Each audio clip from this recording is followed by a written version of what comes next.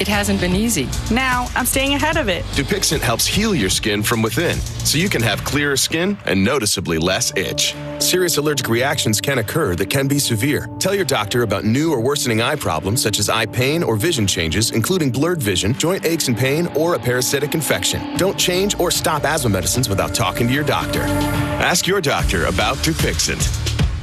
Operation Family Harmony is on and popping. Only we're behind the scenes of Trolls Band Together. My name is Viva! Poppy, I'm your sister. Be sure to join us on Monday for that. But now we've got one more thing to show you before we say goodnight. Bye, everybody. Happy 27th wedding anniversary to my favorites, Tim McGraw and Faith Hill. Tim posted this throwback of their very first photo together in 1994, writing, quote, "I fell for you in an instant." Happening now. A Bexar County judge declares a mistrial in a case involving 2 San Antonio police officers. Coming up, why their attorney says they had to file that motion and what's next with the case. Beautiful weather today, but even better potentially this weekend. Wait till you see how cool we may go on Sunday morning. That forecast is coming up. Holiday shopping getting started early this year. The products with the best deals right now, and the one thing you might want to hold off on buying. The news at 5 starts right now. A Bexar County judge declared a mistrial today in that case involving 2 former San Antonio police officers. Thomas Villanueva and Carlos Castro are accused of kicking in a suspect's door in January of 2020 and then beating him. Prosecutors charged the 2 with aggravated assault. Our Daniela Ibarra explains why their attorney asked for that mistrial and what happens next. Judge Ron Rangel gave 2 former San Antonio police officers another chance to prove their innocence. Carlos Castro and Thomas Villarreal are accused of using excessive force on Eric Wilson at his East Side home in January of 2020. In his mugshot, Wilson's eyes are bruised. The fact that this person was injured is because of this person's own actions and because he put all the officers at risk by his own actions. And during a Thursday afternoon hearing, defense attorney Jason Goss says he heard from state witnesses who planned to testify today. They believed that it was reasonable for the officers to enter the home the way that they did, which was our theory the entire time. We had never heard that before. That's why Goss says he asked Judge Rangel for a mistrial. If we would have known that, we would obviously call them as witnesses. We would have been able to tell the jury in the opening statement that they were going to say something like that. When you're trying and defending police officers for a use of force case, the fact that the state's own witnesses believe that it was reasonable is pretty important information. The officers didn't want to talk to us on camera, but told us as they were leaving the courthouse that they want to put this case behind them. As for the DA's office, they do have the chance to retry this case. Reporting from the Cadena Reeves Justice Center, Daniela Ibarra, KSAT 12 News. And the Bexar County District Attorney's Office released a statement after today's mistrial, saying in part they intend to proceed with prosecution. We asked SAPD if the officers are still appealing their firing, and the department responded by saying the case needs to go through the judicial process to completion. A woman is claiming self-defense after she allegedly shot and killed another woman this morning. That shooting happened around 2:45 a.m. on Denver Boulevard near Cherry Ridge Street. That's on the east side. Investigators say the woman with the gun admitted that she pulled the trigger. They say she told officers that she was being assaulted by the woman she shot. The case is still under investigation. Crime Stoppers is asking for help solving the murder of a young father. Evan Mejia died October 16th of last year. He was just 18 years old. Police say Mejia was at a car club meetup at Dutton and Taman Streets on the southwest side when someone started shooting. Mejia was hit along with a Good Samaritan who tried to help. Mejia left behind his spouse and 2 young daughters. Anyone with any information, call Crime Stoppers at 210-224-STOP. The November election is fast approaching, and so is the deadline to register to vote. It is October 10th, which is next Tuesday. There are 14 state propositions on the ballot, among them Propositions 4 and 9. Prop 4 would give major property tax cuts to Texans, and Prop 9 would give eligible retired teachers a one-time cost of living adjustment increase. Early voting starts October 23rd and goes to November 3rd, and then Election Day is on Tuesday, November 6th. Oh, we have waited so long. Slowly but surely, the change in weather is happening. By this weekend, it's going to actually feel like fall. Justin Horn joining us this evening. Justin, when is the temperature going to start to fall? Well, it already felt pretty nice this morning, but we're going to get temperatures even lower next couple of days. It's going to feel really nice, especially by Sunday morning. Let's look at the time lapse here. We've had quite a bit of cloud cover today. Not a big deal. The sun's still shining through, just some filtered sun. We made it up to 86, so still a fairly warm day. It will be cooler over the weekend. We were right about on average, in fact, today where we should be after what was a ridiculously hot summer. Temperatures today, 86 in Del Rio, 82 Eagle Pass, a little closer to home here around San Antonio, 83 Bernie, 84 in Mico, 85 in Livonia today. And as we look at the football forecast tonight, should be great for Friday night football. It's going to feel pretty good. 80 at kickoff, 75 at halftime. Sunsets around 7:14.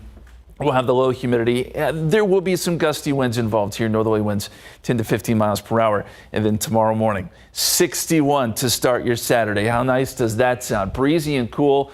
Winds will pick up a little bit more tonight and into tomorrow morning. And we're going to go even lower by Sunday morning. More on that forecast for you coming up. Cannot wait. Thank you, Justin. News across America now. Sheriff's deputies in Colorado found more than 115 bodies being improperly stored at a funeral home. The business in Colorado Springs is described as a green funeral home. Its website says it offers natural burials, but deputies say the facility is vacant.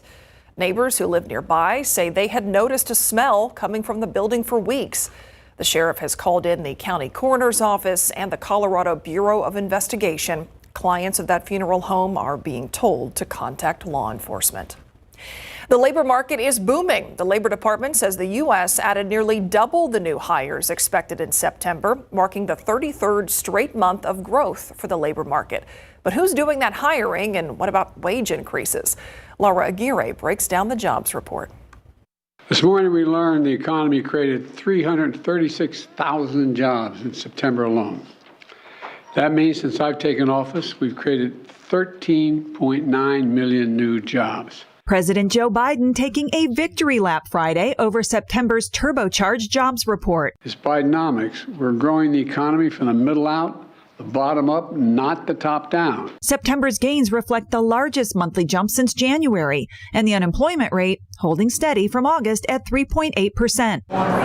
Hospitality and leisure led the hiring surge, like restaurants, hotels, and travel, areas that previously struggled to recover after the pandemic, followed by government and healthcare. Hourly average wages were just shy of estimates, but still trending up. We still have more work to do on inflation, but also some growth in wages, especially among the lowest paid workers. The strong jobs report could be too much of a good thing, points out some federal officials, noting that the central bank could keep hiking interest rates to fight inflation if it feels the economy is strong enough to handle them. Still, for most Americans, more jobs and rising wages are a win-win. It means there are more opportunities for people sharing their part of the American dream. I'm Laura Aguirre reporting.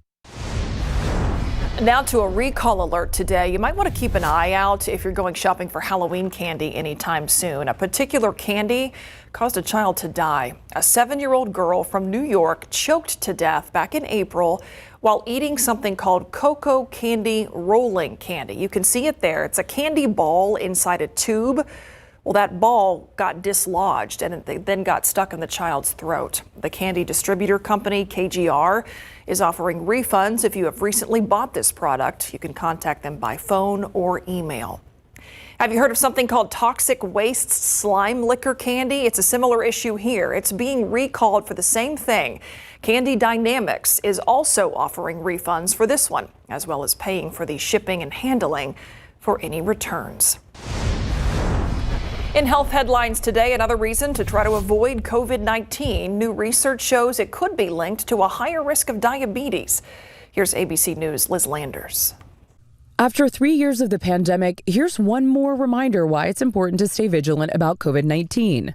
New research shows that COVID is linked to developing diabetes. Researchers in British Columbia found 5% of new diabetes cases could be attributed to a COVID infection.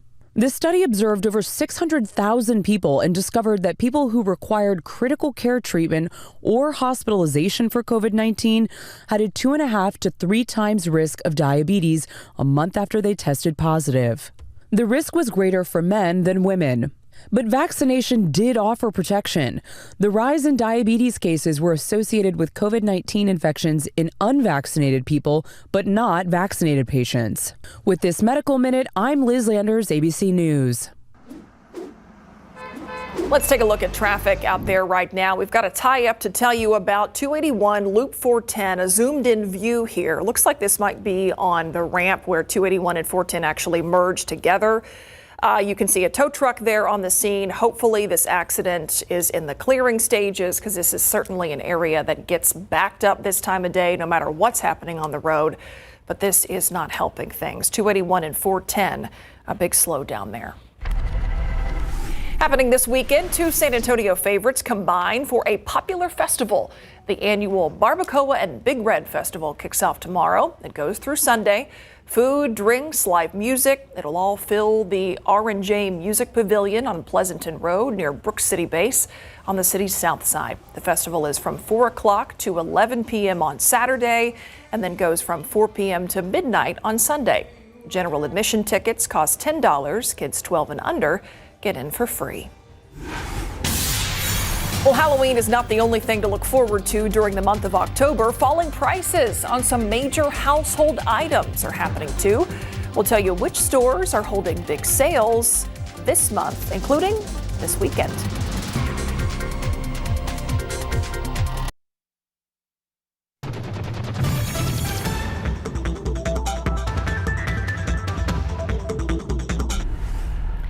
Here's a look at what we're working on for the news at 6 right now. Scammers are taking advantage of a new opportunity, and their primary target, it's veterans.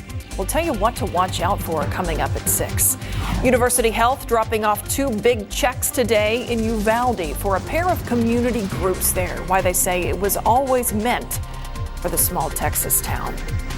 And have you ever tried lengua? It's beef tongue, and it's used in cultures across the world. But this Hispanic Heritage Month, we're highlighting what it means in Mexican cuisine and taking a look at how it came about. Jesse Degollado got a first-hand cooking demonstration and a lesson in lengua's cultural significance from a UTSA professor, Dr. Ellen Riojas Clark, who is also serving as chef in this case. She says the dish is key to keeping Hispanic culture alive. But I think that food is the tie that binds people. It reflects our history, how we were brought up and where we were brought up, and what we like to eat. You can watch Jesse's full cooking lesson right now on KSAT.com. Scan the QR code right there. Then coming up at 6, we will share Dr. Riojas Clark's recipe and history lesson on lengua. And Jesse Degollado joins us right here in the studio to talk about it.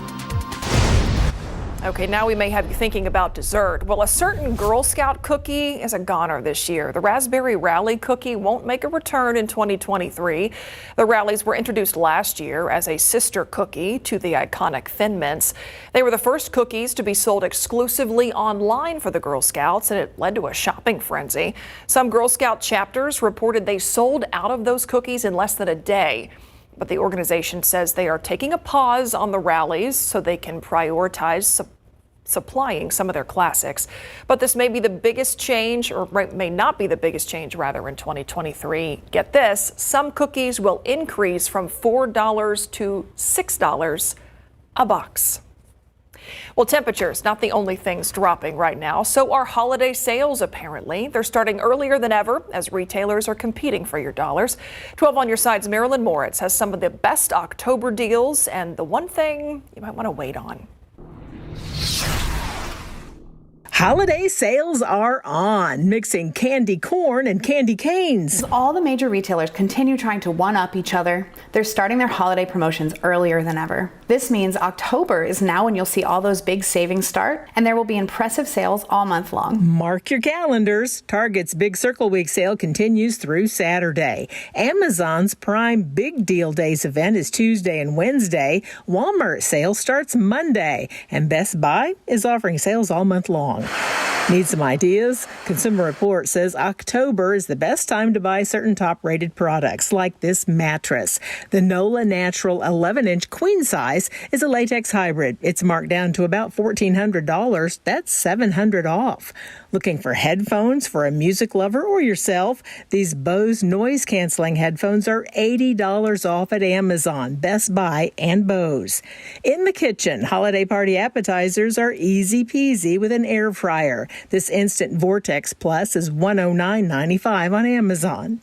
And this Ninja Specialty coffee maker is marked down to $139.99 at Best Buy and the Home Depot. October is also a great time to look for deals on kitchen ranges and leaf blowers. But the experts say there is one thing you're better off waiting to buy. You should not buy a TV in October. TVs continue to be at their best price during Black Friday weekend, so hold off if you want to get the best deal on a new set. Marilyn Moritz, KSAT 12 News. All right, it is just about here. Temperatures have already fallen. We're in the 80s, and things are going to get even cooler.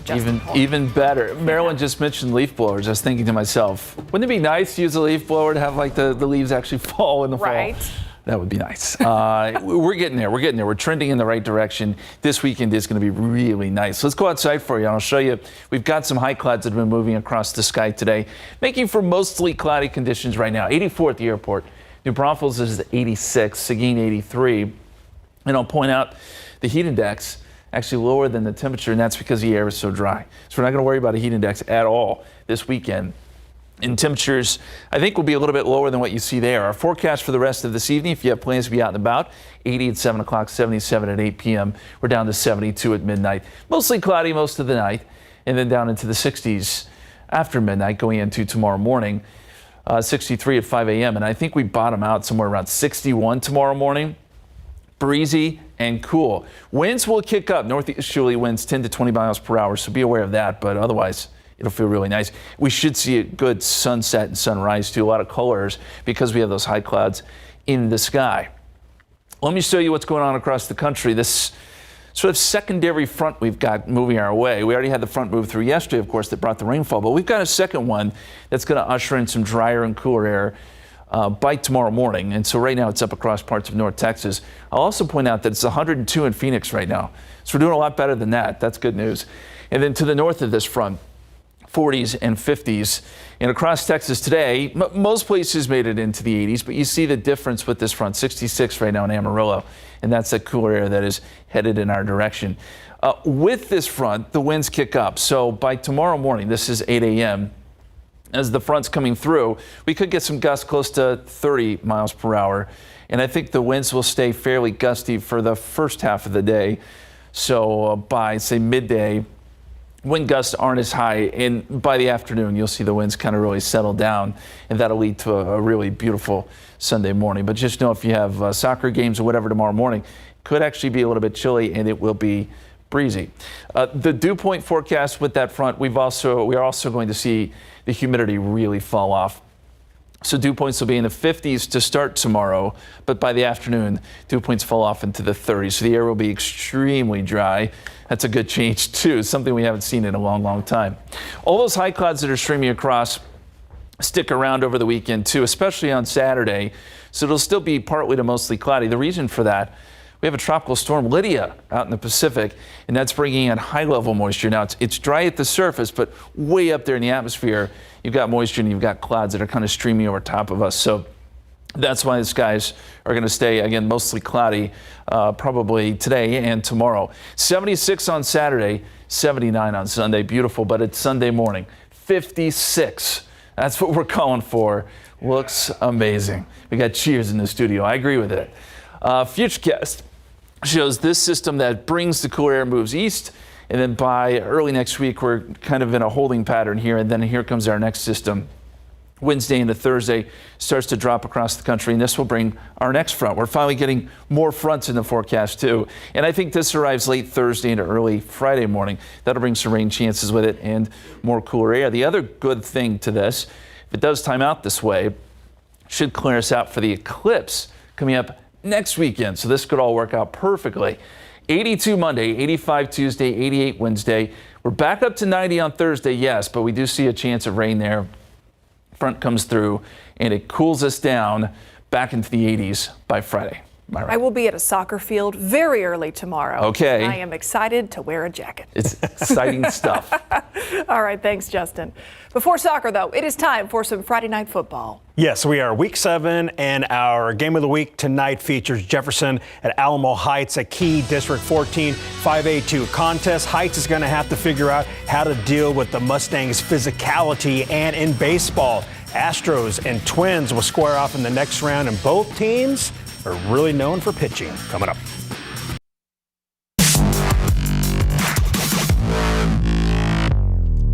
Big game in our big game coverage tonight. We'll see the Jefferson Mustangs at the Alamo Heights Mules in a District 14 5A2 contest. Jefferson is 4-1 on the season and 3-1 in district, and off to their best start since 1961. The Mustangs are right in the thick of the playoff race, but will certainly have their hands full tonight with the Mules. Alamo Heights is 5-0 overall and 4-0 in district. They are a scoring machine, and Jeff will have to play lights out to upset the Mules. You know, they got some great athletes over there, and Coach Rinneman, their staff does a really good job. And we're just, I tell the kids, let's just play well, and let's limit mistakes. And, it's a crazy game. Anybody has a chance. I don't think we have any reason to be overconfident. We got a great challenge ahead of us because in the 2 games that we played against real physical teams, we struggled some. So this is really going to be a great gauge for us if we got it fixed, because they will be physical. They will line up and run right at you. I think they're trying to make 3 or 4 yards, and they're happy with that. So like I said, we got to be more physical, and if we fix what we didn't do well early in the year, then we're going to hold up to it. Jefferson at Alamo Heights is our game of the week. It's certainly compelling on paper and one of 15 games we have on our schedule this evening. And our road trip will see Lytle at Poteet and Hondo at Jordanton. Coming up at 6, Nick Mantis will feature the 5-0 Jordanton Indians.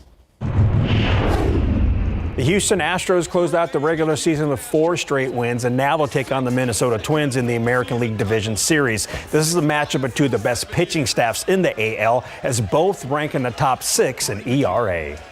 I mean, everybody knows they can pitch, and but we can pitch too. And so it's going to be a good series. I mean, it boils down to pitching, and hopefully some of our guys, will be hot in this series. And it boils down to really who gets, the 2-out RBI hits. I mean, because most of the time that's what you're boiled to, and who plays the best and closest games. Game 1 of that best-of-5 series starts tomorrow at 3:45 p.m. at Minute Maid Park. Now, the Twins won the regular season series 2 games to 1, and coming up at 6, we should have Mary Rominger live from the State Fair up in Dallas as she gets us ready for UTOU tomorrow morning. Oh, yeah. Thank you, Larry. Yep. We'll be right back.